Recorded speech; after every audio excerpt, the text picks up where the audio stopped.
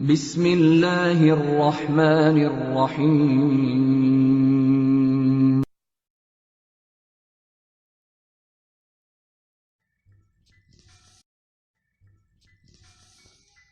Bismillahirrahmanirrahim. Assalamualaikum warahmatullahi wabarakatuh. Rekan-rekan sekalian, berjumpa kembali di mata kuliah Interaksi Manusia dan Komputer. Dan insya Allah pada kesempatan kali ini adalah kesempatan terakhir kita berjumpa di mata kuliah ini. Atau ini adalah akhir perkuliahan kita, ya, pertemuan ke-14.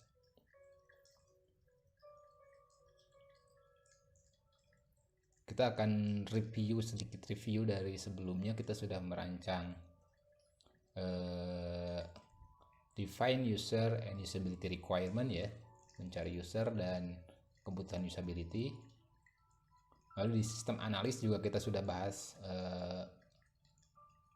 user task atau pekerjaan user, model object user, ya, dan guideline, style guideline.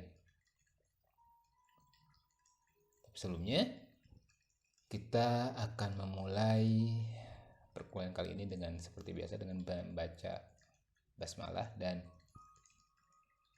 berdoa. Bismillahirrahmanirrahim. Allahumma inni as'aluka ilman. Sebelumnya kita sudah membahas dari mulai, ya, mendefinisikan pengguna atau dan kebutuhan usability, dimana dengan contoh sistem informasi perpustakaan, ya, kita menemukan, ya, contoh define user, kelompok usernya dari mulai mahasiswa, dosen, karyawan, lalu yang meminjam di luar tapi dengan referensi atau izin dari pejabat, ya, atau dari stakeholder, lalu bagian transaksi atau bagian peminjaman, lalu administrator.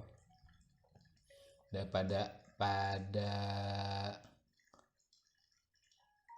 usability requirement juga sudah dibahas, ya, dari mulai learnability, ya, atau user class-nya, ya, dari user class-nya, lalu learnability dari sistem tersebut, flexibility, efektifnya, dan attitude-nya, sehingga muncul tampilan rancangan sebuah interface, ya, dengan menggunakan mockup, ya, dan sebetulnya sih dan prototype hasil dari implementasi dari mockup yang berupa ke interface. Lalu pada pertemuan ke-13 juga kita sudah membahas, ya, mengenai user task, ya, user object, dan style guide, dimana kita mengetahui dari proses si user itu ngapain aja sih, batasan-batasannya ngapain, ya. Dan biasanya ya pada saat yang pada pertemuan sebelumnya itu lebih dominan sebetulnya di seorang user analis ketimbang di user interface. Sedangkan user interface itu biasanya bisa saja menerjemahkan langsung sih dari kebutuhan user, tetapi yang paling gampang adalah menyasar dari berdasarkan hasil pekerjaan dari seorang analis yang menentukan objeknya seperti apa, usernya seperti apa, atau oke. Pada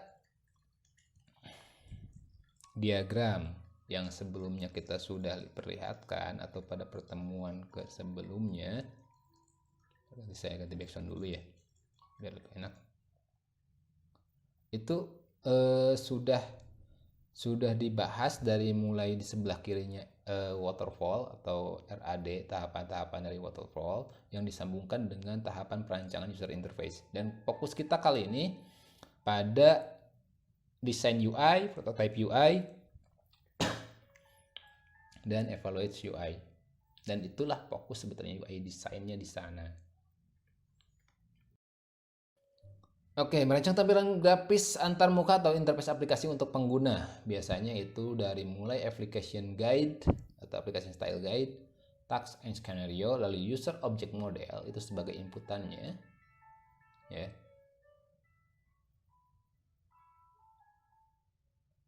Sehingga menjadi graphic user interface design. Oke, kita ke definisi dulu user interface ya, takutnya lupa. User interface adalah tampilan visual sebuah produk yang menjembatani sistem dengan pengguna atau user. Tampilan user interface dapat berupa bentuk, warna, tulisan yang didesain semenarik mungkin. Di mana secara sederhana UI adalah bagian tampilan sebuah produk yang dilihat oleh pengguna. Merancang sebuah interface untuk pengguna adalah hal yang sangat penting dalam mengembangkan sebuah sistem informasi. Untuk merancang interface harus memperhatikan faktor psikologis serta keindahan sehingga hasilnya mampu menarik perhatian pengguna. Ya, tentunya merancang interface ini harus memperhatikan psikologis ya. Tidak seenak EDW atau tidak seenaknya saja merancang sesuai dengan keinginan seorang user designer atau interface designer. Oke, di sebelah kiri ada skema hardware untuk interface ya. Dimana misalkan inputnya dari mouse, keyboard, dan mikrofon atau joystick. Dengan dimasukkannya adalah data. Dengan output berupa properti, data, status, error, help, dan sebagainya. Di sebelah kanannya itu tabel keterangan mengenai properti itu meminta inputan dari user, data dari aplikasi yang diminta oleh user, ya. Status pemberitahuan mengenai kondisi tertentu, error proses yang tidak bisa dilanjutkan, help informasi tambahan untuk user, kontrol mengarahkan pengguna untuk melanjutkan dialog, lalu data yang diberikan oleh user. Oke. Pada tampilan ya, itu ada contoh tampilan transaksi. Data sendiri kan data aplikasi yang diminta oleh user ya. Data yang diminta oleh user berarti contohnya nomor nota ya. Lalu misalkan data-data mengenai detail transaksi. Status. Contoh status ya, berarti kita ada pada posisi input penjualan misalkan ya. Properti meminta inputan user, tanggal bisa diinputkan ya. Atau pelanggan pun juga bisa diinputkan, kode barang juga inputan. Lalu pada kontrol sendiri, contoh simpan, batal, hapus ya. Data yang diberikan oleh user, kode barang tadi ya. Kalau nama barang, harga satuannya itu kan muncul ya. Kalau kode barang misalkan itu dimasukkan, kode barang itu adalah inputan ya atau data. Sedangkan nama barang biasanya karena sudah diinput sebelumnya, pada transaksi ini atau pada tampilan ini dia statusnya adalah data dari output, data yang dari aplikasi yang diminta oleh user. Ya. Lalu pada tampilan selanjutnya itu help. Ini contoh help saya ambil dari aktivitas yang lain ya, contoh dari Microsoft Word ya. Informasi tambahan untuk user. Atau bisa sebetulnya kalau di aplikasi yang mungkin yang contohnya di file explorer ya, kalau ketika sorot salah satu file itu kan suka muncul ya keterangan balon ya, berupa balon. Nah itu juga bisa merupakan help. Ada error, contoh error itu ada error submitting form. Oke. Ketika hal tersebut sudah ditentukan atau kita sudah tahu mana detail-detailnya, lalu selanjutnya kita menggunakan use case specification atau skenario. Fungsinya buat apa? Untuk mengetahui alur yang ada dari proses sistem. Karena berdasarkan alur sistem, kita bisa mengetahui loh. Contohnya, use case login. Tujuannya agar dapat mengelola sistem informasi koordinator KP, staf prodi, dosen pembimbing. Aksinya seperti ini ya. Aksinya dari mulai skenario normalnya, maka halaman utama. Lalu skenario alternatif. Skenario alternatif itu adalah skenario yang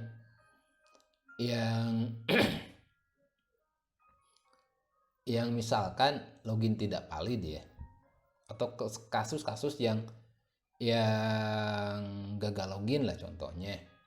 Nah, skenario use case ini dapat dari mana? Kalau di kalau menggunakan object oriented metodologi, ini ada di use case skenario. Ada di use case, skenario use case seperti ini. Skenario use case ini nantinya akan dijadikan patokan untuk membuat activity diagram, sequence diagram, ya, collaboration diagram, dan juga class diagram. Ya. Nah, lalu ini sebetulnya tugas siapa? Apakah tugas seorang user interface atau tugas seorang analis sistem? Sebetulnya kalau rincian tugasnya ini ada di analis sistem. Tetapi untuk seorang desain user interface ini bisa digunakan loh sebagai acuannya. Sehingga kita bisa merancang dari mulai tampilan berdasarkan use case ya, contohnya login, di sana ada logo, lalu loginnya statusnya buat siapa sih, kalau misalkan loginnya dipisah, username, masukkan password, dan login.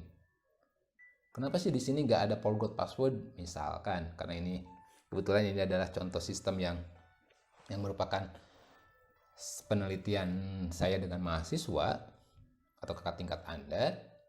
Di sini karena sistemnya close ya, atau sistemnya itu dia bersifat hanya untuk internal, sehingga kita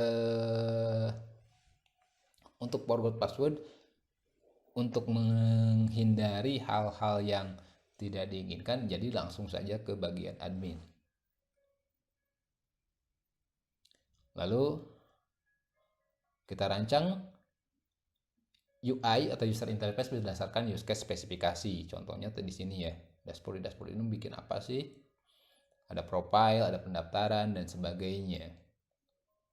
Selain hal tersebut, kita bisa menggunakan selain skenario use case ya, dari yang skenario use case diterjemahkan menjadi activity dan seterusnya. Kita bisa menggunakan struktur tugas atau struktur tugas ya, di mana desain struktur antarmuka mendefinisikan komponen dasar dari antarmuka dan bagaimana mereka bekerja sama untuk menyediakan fungsionalitas untuk pengguna. Jadi sebetulnya sih ini lebih ke root ya, akar pohon dari sebuah pekerjaan. Pekerjaan utama contohnya mengelola daftar pustaka, edit, hapus, rubah ya.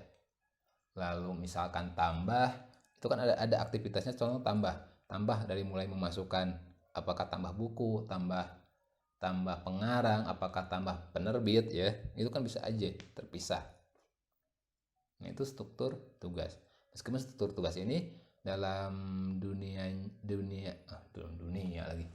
dalam interface dalam perancangan sistem khususnya object oriented, struktur tugas ini tidak digunakan. Rata-rata menggunakannya struktur menu ya. Contoh taks tugasnya ya, sebetulnya di pertemuan 13 dan 12 ini sudah dibahas. Contoh manipulasi data pustaka, ada penambahan data pustaka, hapus data pustaka, penyuntingan data pustaka. Sehingga contoh hasilnya adalah POM-nya. Contoh ketika untuk manipulasi data itu dari mulai input apa ya, datanya apa saja, ini ada text box yang disediakan atau list box atau apa misalkan radio button atau list button ya, untuk manipulasi datanya hanya sebagai interface-nya.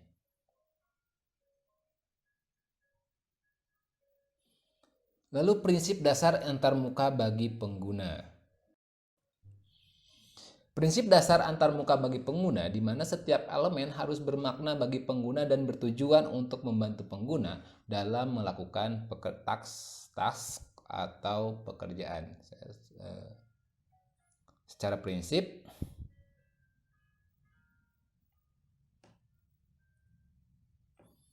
itu dimulai dari yang ya kalau terlalu sedikit tidak efisien. Dan secara prinsip ya, kalau Anda merancang antarmuka bagi pengguna, kalau terlalu sedikit juga tidak efisien, sedangkan terlalu banyak juga itu dapat membingungkan. Sehingga sebisa mungkin rancangan antarmuka itu konsisten, ya. Konsisten di sini maksudnya sesuai dengan pengalaman, ekspektasi konversi dan budaya pengguna. Contohnya ketika Anda memindahkan aktivitas peminjaman secara manual dirubah ke dalam bentuk sistem, itu sebisa mungkin pengalamannya dari mulai input data pengguna, mungkin kalau di sistem bisa menjadi diganti dengan pilih data peminjamnya ya. Lalu buku yang dipinjam mungkin kalau di manualnya kan ditulis ya.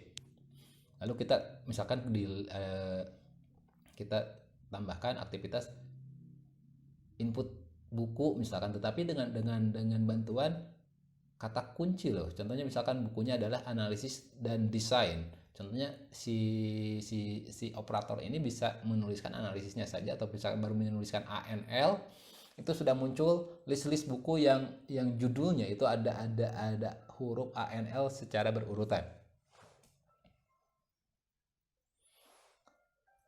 Dan secara konsisten ini harus diterapkan konsistensi pada internal aplikasi. Lalu ada error message ya. Error message sendiri kita sudah bahas di pertemuan sebelumnya, mulai dari penggunaan bahasa yang sopan ya, dan memberikan informasi apa yang terjadi sebetulnya dengan error tersebut.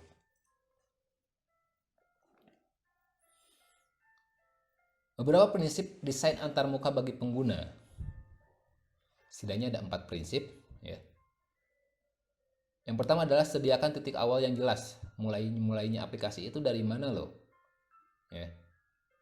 Kalau dari rancangan berarti dari mulai sudut kiri atas layar mengalir ke arah searah jarum jam. Biasanya kan kalau kita nulis kan dari kiri sampai ke kanan.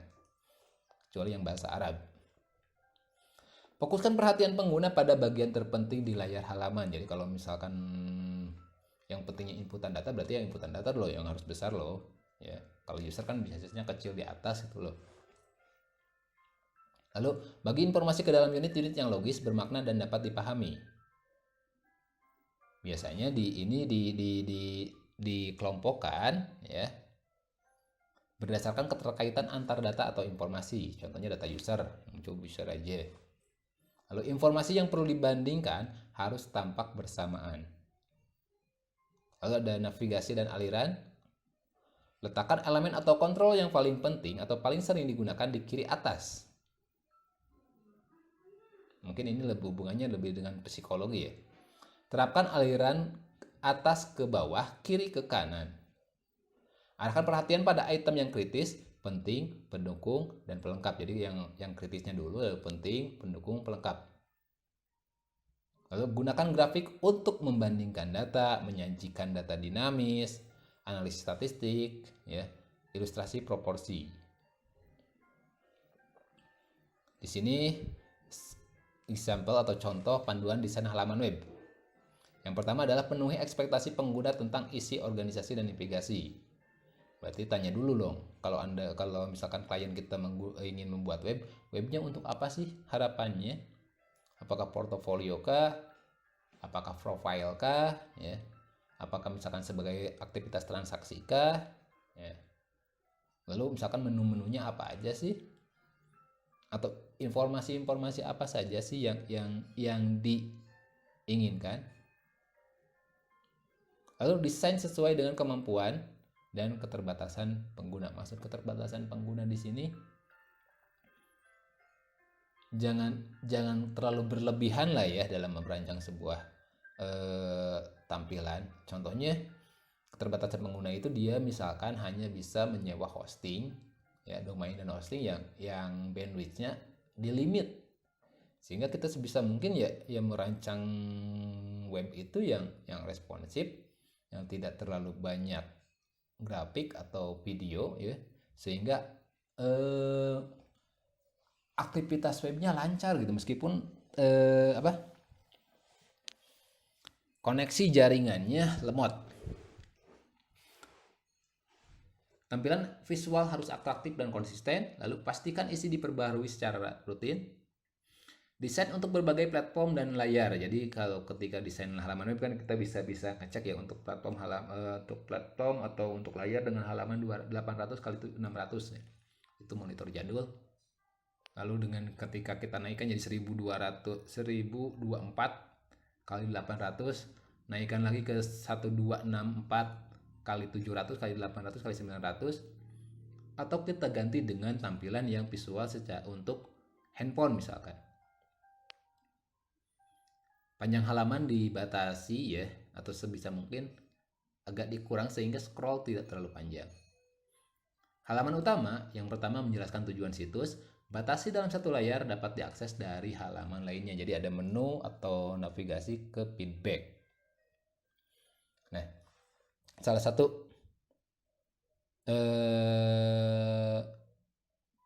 metodologi itu di graphic user interface itu pun juga ada metodologinya, prototyping GUI atau graphic user interface ini meneliti visibility rancangan antarmuka, memberi umpan balik atas validitas model tugas, model pengguna, dan corak antarmuka. Dengan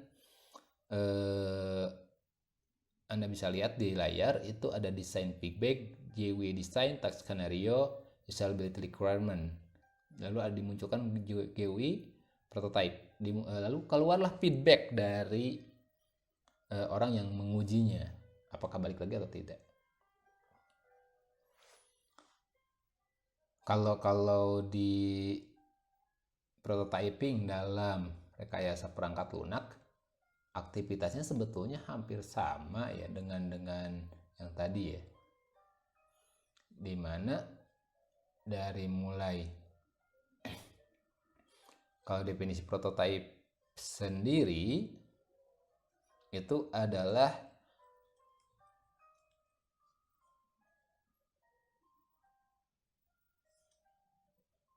prototype itu contoh produk lah, sampel ya, kalau secara definisi secara bahasa, atau model ya, dimana prototype itu adalah sebuah proses membangun model dari suatu sistem, dimana bentuk awal atau contoh atau standar ukuran dari sebuah objek, misalkan sampelnya seperti apa. Dan prototyping sendiri merupakan salah satu metodologi perancangan perangkat lunak ya. Oke, dengan tahapan desain, prototype, evaluasi. Kalau misalkan ada evaluasi lagi, kita redesign ya.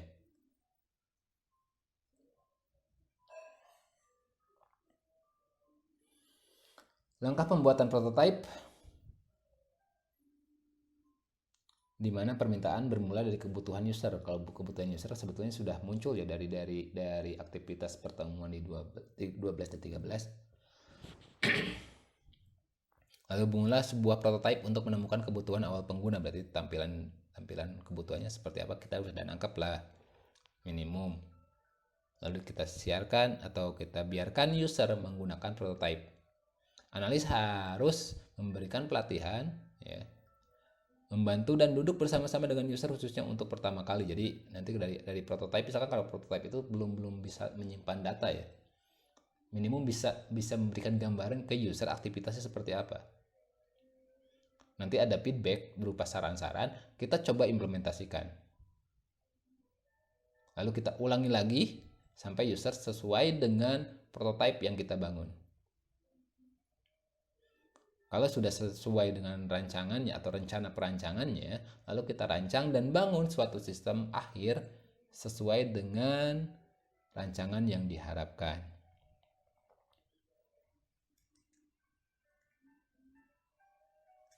Lalu kita evaluasi grafik user interface.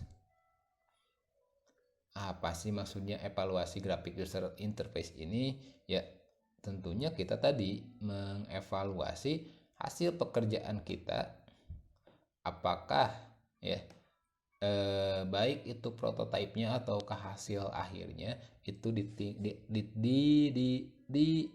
ditinjau kembali. Untuk apa? Untuk mengukur tingkat pencapaian kualitas atau usability requirement dan mengidentifikasikan masalah-masalah usability requirement. Beberapa teknik evaluasi yang dapat digunakan, yang pertama adalah evaluation report, ya. Dokumen yang berisi evaluasi atas pengukuran tingkat pencapaian kualitas. Daftar permasalahan usability requirement, dampak permasalahan usability requirement terhadap operasional bisnis, rekomendasi pengguna desain, dan kalau perlu corak antarmuka aplikasi. Jadi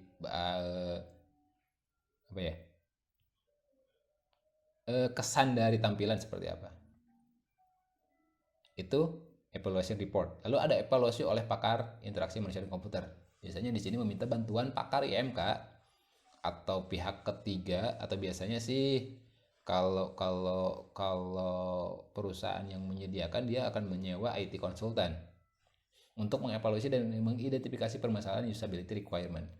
Meskipun permasalahan usability requirement ini bukan hanya masalah tampilan sih, yang paling dominannya adalah kegunaan dari sistem tersebut apakah sudah sesuai atau tidak. Teknik evaluasi yang berikutnya, kita bisa observasi langsung terhadap pengguna, ya. Pengguna menguji coba aplikasi yang dibuat, ya, dengan aktivitas pekerjaannya apakah sudah sesuai ataukah kesalahan, ya. Bisa jadi kesalahannya tersebut bisa dilakukan karena kesalahan si user, ya, atau kesalahan di sistem. Dan kita mengukur waktu pengerjaannya. Kalau dari awal kita observasi pas untuk meninjau aktivitas sistem yang berjalan itu, untuk meninjau berapa lama waktu yang sesuai yang dikerjakan. Misalkan contoh aktivitas peminjaman, dari mulai mencari di rak sampai ke proses si buku dipinjam itu butuh berapa lama. Sedangkan dengan sistem itu mereduksi berapa lama juga. Lalu untuk mendapatkan data kualitatif maupun kuantitatif atas usability requirement. Dan ini sebaiknya dilakukan di ruang khusus yang bebas intervensi atau gangguan dari orang lain. Jadi kalau misalkan unit tester aja, jangan melibatkan orang yang, atau misalkan operator lalu di sampingnya didampingi oleh manajer. Ya, itu akan sedikit adanya intervensi dari si manajer. Ya. Lalu survei terhadap pengguna, survei dengan wawancara terstruktur atau kuesioner terhadap pengguna yang telah mencoba aplikasi. Biasanya ini untuk mendapatkan data-data kuantitatif atas usability requirement, atau wawancara terstruktur lebih efektif daripada kuesioner. Karena kalau wawancara kita bisa menggali lebih dalam, ya. Sedangkan kuesioner kan belum tentu kita tahu kondisi orang itu, dia membacanya sampai apa aja.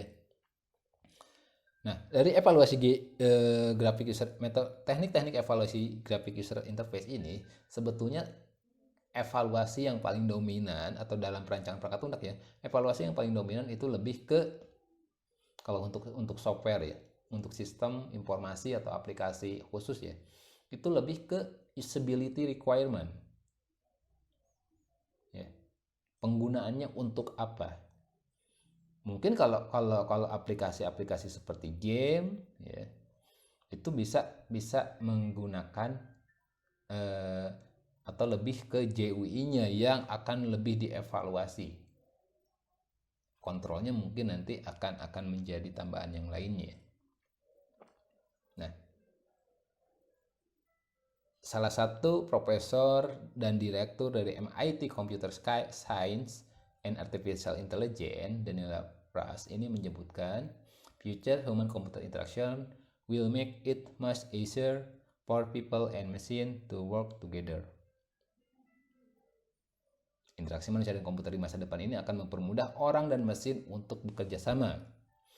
It will make it possible for machine to support people in cognitive tasks as well as in physical tasks. The future hold a lot of possible for people and machine working together. Ini akan memungkinkan mesin untuk mendukung orang dalam tugas kognitif serta dalam tugas fisik.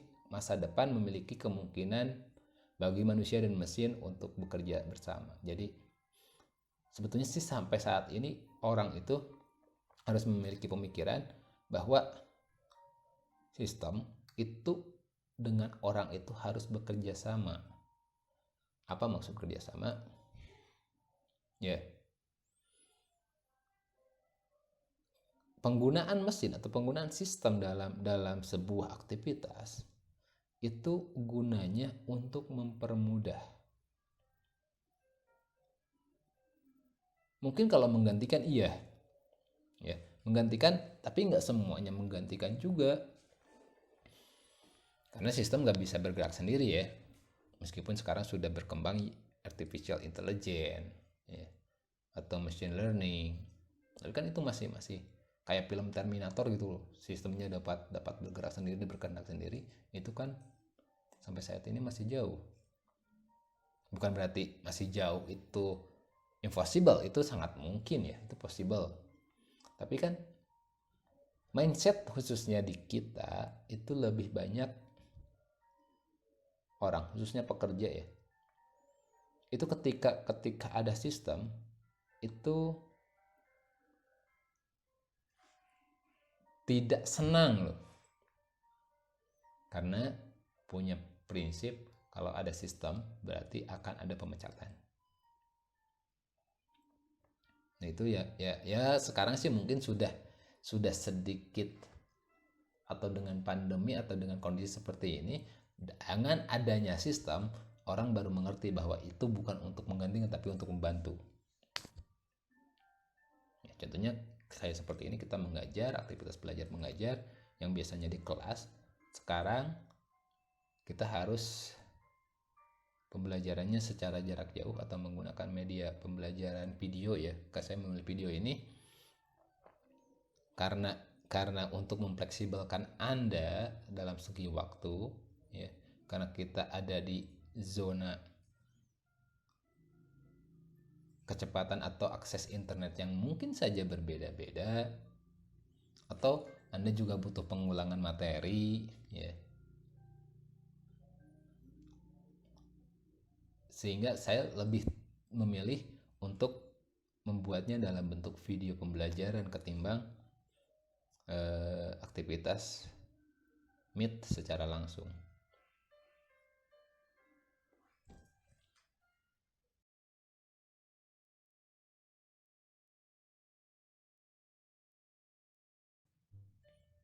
Dan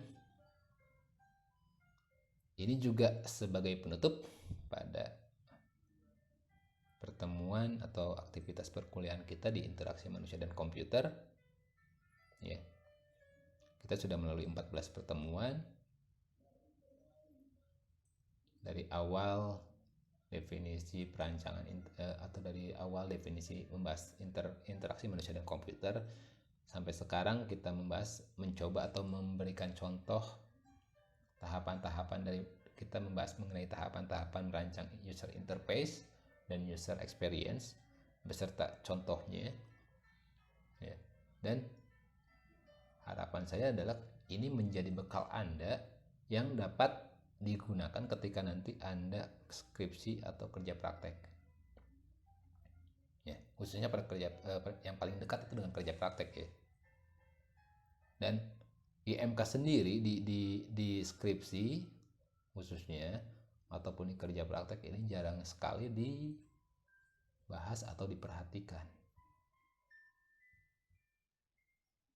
Entah karena skopnya atau dari metodologi sebuah perancangan sistem yang tidak terlalu konsen dibahas ya, atau mungkin karena mungkin PR buat para pembimbing atau para dosen juga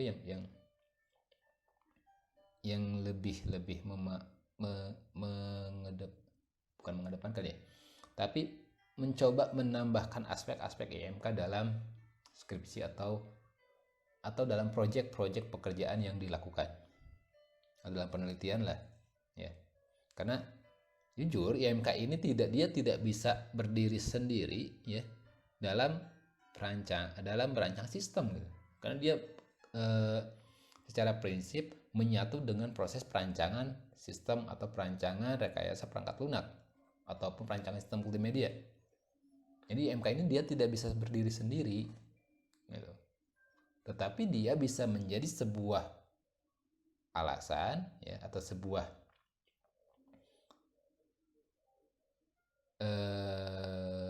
bukan pembelaan ya, tapi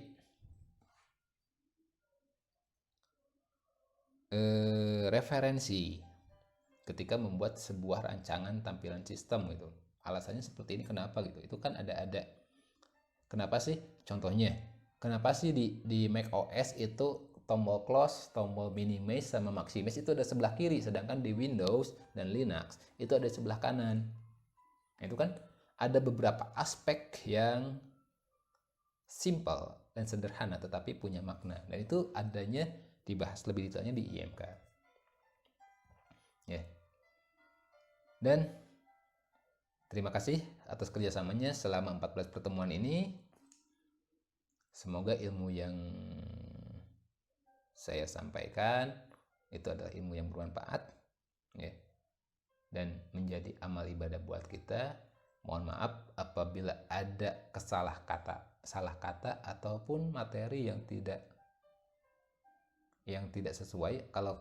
Kalau mau koreksi silahkan koreksi saya baik di kolom komentar di YouTube ataupun di Classroom ya. Saya dengan senang hati, karena itu berarti menunjukkan kita sama-sama belajar. Dan semoga Anda sukses. Subhanakallahumma rabbana wa bihamdika asyhadu an la ilaha illa anta astaghfiruka wa atubu ilaik. Assalamualaikum warahmatullahi wabarakatuh.